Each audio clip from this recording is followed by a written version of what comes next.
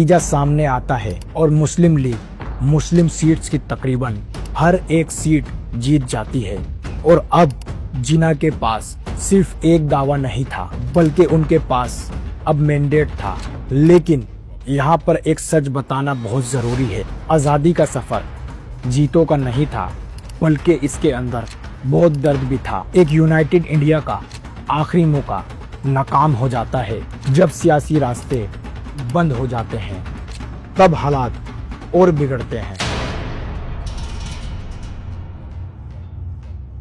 एक दिन मुल्क के कई हिस्सों में खासकर कलकत्ता में खौफनाक फसादात हो जाते हैं। हिंदू और मुस्लिम हजारों बेगुनाह लोग अपनी जान गंवा देते हैं। ये वक्त पूरी हिस्ट्री का सबसे दुख भरा हिस्सा है, क्योंकि असली आज़ादी की कीमत हमेशा आसान नहीं होती। लॉर्ड माउंटबेटन नए वायसराय बन के आते हैं और हालात का